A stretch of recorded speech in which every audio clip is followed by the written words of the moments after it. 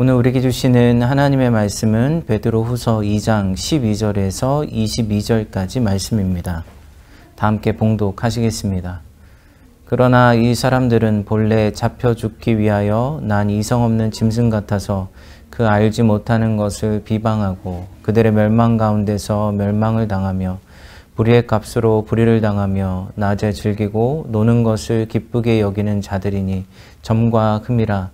너희와 함께 연애할 때에 그들의 속임수로 즐기고 놀며 음심이 가득한 눈을 가지고 범죄하기를 그치지 아니하고 굳세지 못한 영혼들을 유혹하며 탐욕에 연단된 마음을 가진 자들이니 저주의 자식이라.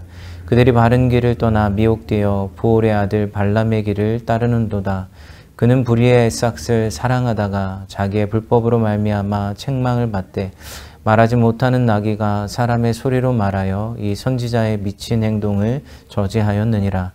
이 사람들은 물 없는 샘이요 광풍에 밀려가는 안개니 그들을 위하여 캄캄한 어둠이 예비되어 있나니 그들이 허탄한 자랑의 말을 토하며 그릇되게 행하는 사람들에게 겨우 피한 자들을 음란으로서 육체의 정욕 중에서 유혹하는도다. 그들에게 자유를 준다 하여도 자신들은 멸망의 종들이니 누구든지 진자는 이긴 자의 종이 됨이라.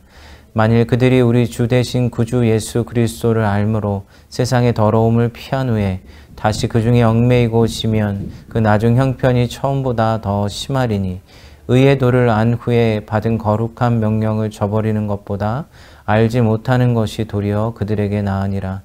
참된 속담에 이르기를 개가 그 토하였던 것에 돌아가고 돼지가 씻었다가 더러운 구덩이에 도로 누웠다 하는 말이 그들에게 응하였도다. 아멘.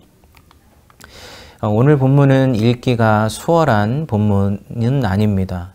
베드로의 아주 강하고 신랄한 비판이 담겨져 있습니다.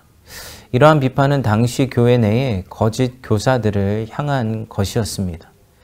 이들이 하는 말이 정말 전혀 이해가 되지 않고 또 황당한 것임에도 불구하고 성도들은 쉽게 유혹을 당하고 넘어갔기 때문입니다. 그래서 베드로는 이들의 영적인, 지적인, 도덕적인 결함을 폭로해서 성도들이 예수님 안에 굳건히 서 있을 수 있도록 오늘 말씀을 전하고 있습니다. 이런 거짓 교사들이 초대교회 당시에 많이 있었습니다. 그 당시에는 이 말씀을 사람들의 입을 통해 전했고 또 영적인 분별을 해줄 수 있는 이 권위적인 체계가 제대로 확립되어 있지 않았기 때문입니다. 그래서 베드로와 같은 사도들은 교회 안에 거짓 교사들에 대해서 엄청난 경각심을 가지고 있었고 성도들을 보호하고자 노력했던 것입니다. 오늘날 이러한 교회 안에 거짓 교사의 문제도 있지만 사실 오늘날에는 교회 밖에 이단들에 대해서 주의를 기울이는 것이 더 필요합니다. 최근 통계를 보니까 이 북미 지역에 이단들이 아주 활발하게 영향을 미치고 있다고 합니다. 신천지의 경우에는 한국의 신천지 신도들이 미국이나 캐나다에 이민을 가 있거나 또 유학 중인 그런 친인척들에 대한 이 정보를 제출하도록 시킨다고 합니다. 그래서 해외에 나가 있는 신천지가 그러한 정보들을 이용해서 다가와서는 이 천사의 얼굴을 하고 피로를 채워주고 도와주면서 신천지로 이끌어 간다고 합니다. 정말 놀랍지 않습니까? 이렇게 옆에서 도와주면서 접근을 하게 되면 많은 사람들이 아주 쉽게 분별하지 못하고 넘어가게 되는 것이죠. 정말로 영적으로 깨어있지 않으면 너무나 쉽게 넘어지기 쉬운 시대를 우리가 살아가고 있는 것 같습니다. 베드로는 오늘 본문에서 이 거짓 교사들이나 이단들의 영적인 속성을 아주 적나라하게 드러내주고 있는데 이것을 통해서 다시 한번 우리가 어떻게 영적인 분별을 해야 하는지 이것을 생각해보는 그런 시간이 되기를 원합니다. 첫 번째로 12절 말씀을 보게 되면 이 사람들은 본래 잡혀 죽기 위하여 난 이성 없는 짐승 같아서. 여러분, 이러한 모습은 어떤 모습일까요? 제가 예전에 중독에 사로잡힌 사람들 대한 이야기를 본 적이 있는데 특별히 예를 들어서 도박 중독에 빠지게 되면 자기의 집도 팔고 가족도 팔고 심지어 자기의 몸을 팔아도 헤어나지 못한다는 이야기를 본 적이 있습니다. 자신이 어디를 향해 가고 있는지 그 결과가 무엇인지를 분별할 수가 없는 것이죠. 그저 자기의 욕망을 따라서 그 끝을 알지 못하고 그 끝을 안다고 해도 그것을 멈출 수 없는, 그래서 마치 잡혀 죽기 위해 난 이성 없는 짐승과 같은 삶을 살아가게 되는 것입니다. 여러분, 흥미로운 것이 요한계시록 17장을 보게 되면 사단의 속성을 정확하게 보여주는 표현이 나옵니다. 사단을 무엇이라고 표현하냐면 사단은 장차 무적행에서 다시 올라와 멸망으로 들어갈 자다라고 이야기합니다. 오늘 베드로 후서에서 이야기하는 것처럼 본래 잡혀 죽기 위하여 난 이성 없는 짐승과 똑같은 말인 것이죠. 그러니까 사단의 속성은 하나님을 거부하고 타락했기 때문에 이 본질적으로 하나님의 말씀을 거부하고 멸망을 향해 가는 속성을 가지고 있습니다. 그래서 사탄이나 사탄을 따르는 자들이나 이 모두가 동일한 특징을 갖고 있다는 것을 우리는 기억해야 합니다. 오늘 본문에서 베드로는 이 발람의 예를 들고 있습니다. 15절을 보게 되면 그들이 바른 길을 떠나 미혹되어 부올의 아들 발람의 길을 따르는도다. 여러분, 발람은 어떤 사람입니까? 이 발람은 돈과 이익에 눈이 멀어서 하나님의 말씀을 거역했습니다. 그러니까 나중에는 이 하나님의 말을 전혀 듣지 않으니까 하나님께서 나귀의 입을 열어서 이 발람의 미친 행동을 막으셨습니다. 근데 그렇게 해서 발람의 저주를 하나님께서 막으셨지만 발람은 나중에 끝까지 이스라엘을 유혹해서 하나님의 진노에 이르게 만들었던 것이죠. 이처럼 거짓 교사들이나 이단들은 하나님의 말씀이 아니라 돈이나 명예나 권력이나 이 자기의 욕망에 압도되어서 이 멸망을 향해 달려갑니다. 그래서 아무리 성경을 이야기하고 아무리 하나님에 대해서 이야기를 한다고 해도 그러한 삶들은 반드시 그 삶의 열매로 그 방향성을 드러내게 되어 있습니다. 이 13절부터 여러분 쭉 읽어보시면 그러한 사람들의 삶이 어떠한지를 너무 적나라하게 보여주는데 불이라든지 속임수, 음욕, 탐욕이 그 사람들의 마음의 중심이 되어서 그것이 중심에 있기 때문에 결국에는 비윤리적이고 비도덕적이고 비성경적인 삶의 열매를 맺게 되는 것입니다. 자, 두 번째로 17절 말씀을 보게 되면 이 사람들은 물 없는 샘이요 광풍에 밀려가는 안개니 그들을 위하여 캄캄한 어둠이 예비되어 있나니. 여러분, 물 없는 샘, 이 목이 말라서 멀리서 샘을 보고 달려갔는데 이 막상 다가가 보니까 샘이 말라서 물이 하나도 없다면 이 얼마나 절망적이겠습니까? 광풍에 밀려가는 안개와 같이 사실 실체나 흔적이 없이 사라져 버린다면 얼마나 허무하겠습니까? 제가 밴쿠버에 살 때에 충격적인 사건이 하나 있었습니다. 이 투자 회사를 운영하는 오너인데 이 겉으로 볼 때는 너무나 신실한 기독교인이었습니다. 그러니까 기독교인 또 비즈니스 모임의 또 차세대 리더로 불리울 정도로 신앙생활을 열심히 했기 때문에 정말 많은 사람의 신뢰를 받았습니다.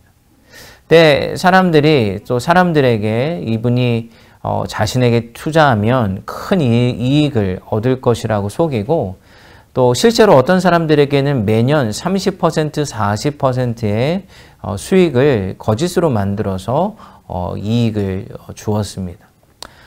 이게 말도 안 되는 수익임에도 불구하고 사람들은 그것에 속아서 자기의 모든 재산을 투자했습니다. 심지어는 정말 큰 빚을 져서 투자를 한 사람도 있었습니다. 그런데 그분이 어느 날 갑자기 돈을 다 빼돌리고 잠적을 하면서 정말 교민사회가 엄청난 충격에 빠지게 되었습니다. 오늘날 우리 주변에 얼마나 이런 유혹들이 많은지 모릅니다. 이것을 하면 성공할 수 있다. 이것만 하면 잘 살 수 있다. 이런 헛된 약속과 공허한 말들을 분별하지 못하고 거기에 우리의 삶을 허비하기가 정말로 쉽습니다.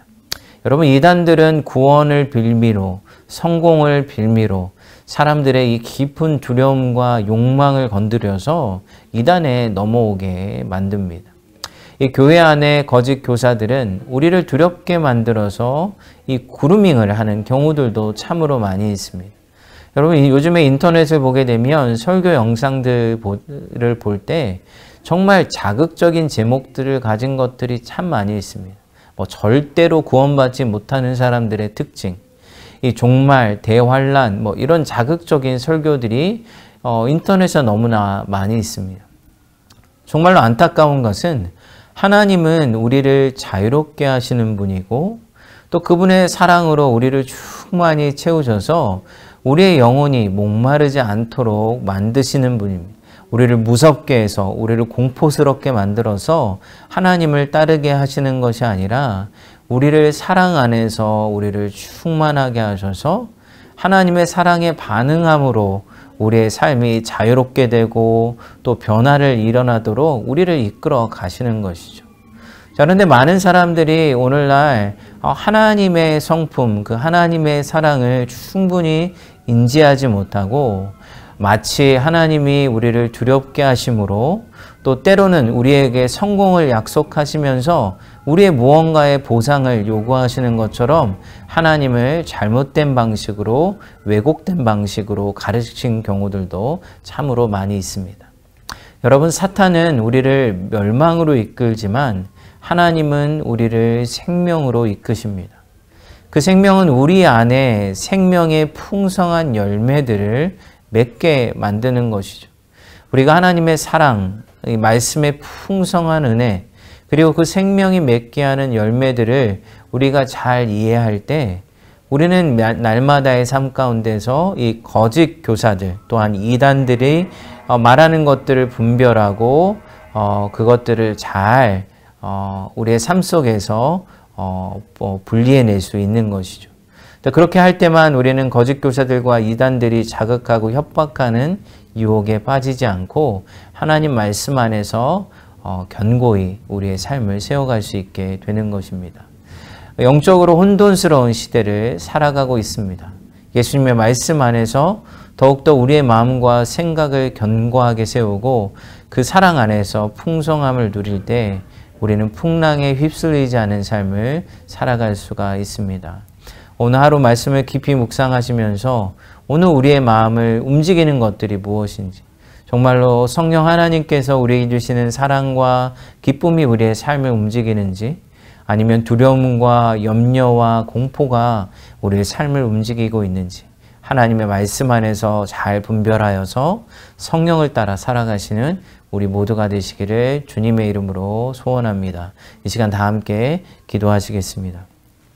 하나님 아버지, 주님의 은혜와 긍휼과 사랑을 감사합니다. 우리의 삶 가운데서 하나님께서 베풀어 주신 것들이 얼마나 크고 놀라운지요. 그러나 정말 이 세상에 너무나 많은 유혹들이 있어서 우리의 생각과 우리의 삶을 하나님이 기뻐하시지 않는 곳으로, 또한 정말 영적으로 제대로 분별하지 못하여서 또 거짓된 교사들이나 또 이단들의 이야기에 우리의 마음이 또한 휩쓸릴 때가 있음을 또한 하나님 고백합니다. 날마다 주의 말씀 안에서, 주의 사랑 안에서 우리의 영혼이 견고히 뿌리를 내릴 수 있도록 도와주시고, 또한 그 사랑 가운데서 날마다 정말 풍성한 열매, 하나님이 기뻐하시는 열매를 맺어서 하나님, 우리가 하나님 안에서 살아가는 참된 기쁨을 누릴 수 있도록 하나님 날마다 인도하여 주시옵소서. 오늘의 모든 삶을 주님께 의탁하오며 예수님의 이름으로 기도드립니다. 아멘. 몇 가지 제목을 놓고 함께 기도하는 시간 갖겠습니다. 진리의 말씀 위에 바로 서서 세상의 거짓을 분별하고 또 그리스도를 더욱 붙들고 살아가는 삶이 되게 하소서. 또 이 홍현민 한기주 선교사님을 위해 기도할 때 틴데일 교차 문화사역센터의 새로운 가을학기 과정이 순조롭게 준비되게 하시고 미드웨스턴에서 논문 지도가 잘 진행되게 하소서. 온유한 마음으로 외로운 이들의 벗이 되게 하시며 동역교회와 동역자들을 보내주셔서 부족한 모금이 채워지게 하소서. 어제부터 또 시작된 사역자 수련회가 내일까지 진행되는데 이 사역자 수련회를 통해서 영적인 재충전의 시간이 되고 성령의 인도하심을 따라 새로운 한 해를 준비할 수 있도록 하나님 인도하여 주옵소서. 이 시간 다 함께 기도하도록 하겠습니다.